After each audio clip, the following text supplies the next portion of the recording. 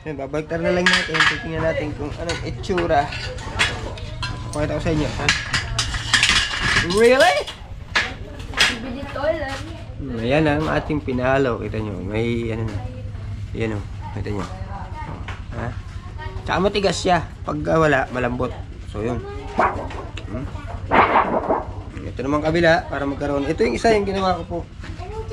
Dalawa na to eh. Huwag mo nalagay. Ito. Yan, may design na siya.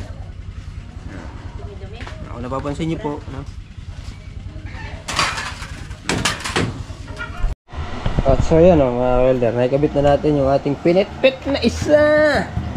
So ayan o, may moldura siya. Ito yung kinapit natin o.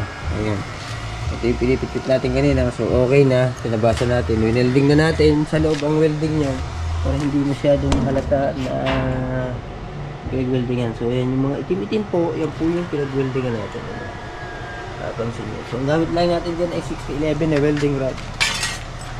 So, yun. Yung itong exist na ito, tanggalin po natin yan. So, yung kabila naman ang ilalagay natin. Yung isa, no?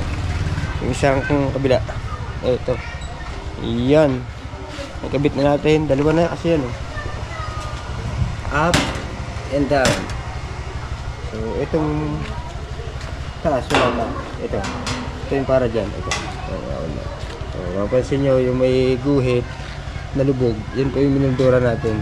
Isa pong purpose nyan is para tumibay itong liso. Liso po ang tawag dito plain sheets or plancha, no?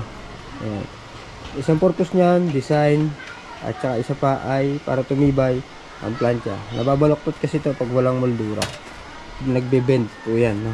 So, alam po yan ang mga yun, magagaling dito sa moldura, no? So, magagaling sa metal, no? So, isang purpose po nitong pagmumoldura natin.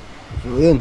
Kakabit po muna natin, bebend po ulit natin mga welder at para maikabit na natin, no? So, medyo mainit.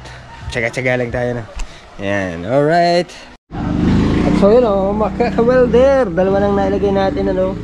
Ayan po, nalagay na natin magkabila. Ito yung right side, ito yung left side. So, nalagay na natin. So, ayan, pinutupi natin yan. Balik-balik tayo yung tupi natin, pipit-pitin na natin yan.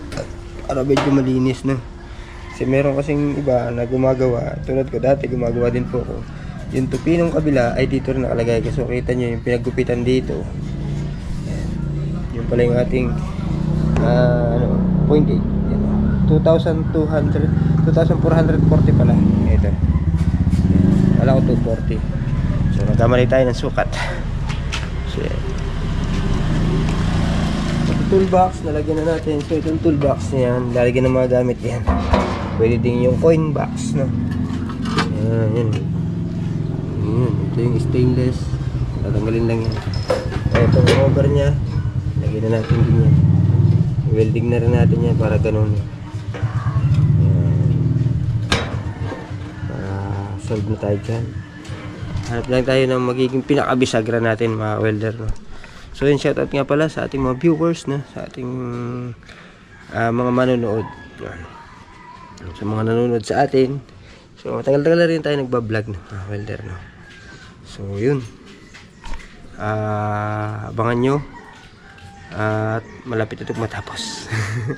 So yun na, malapit na po itong matapos. Yan. Yan yun. Ito balik-pok-pok lang ito ng kamay. Yan yung sinasabi sa inyong moldura. So full wheel pa yung maliliit na yan. Yan, no? Yan. So yun, alright. Yan, ganun lang. Galvanized po ito. Galvanized ng tubo, galvanized ng sidings. Yung flooring niya is stainless. Yan, na Phoenix. Yan. Yan po, stainless yung flooring na. At ito, lalagyan na natin ito ng salamin. Target po namin, by the way, is Friday. Yun, sana matapos natin ng Friday. At so yun. So far so good. Meron pa tayo ditong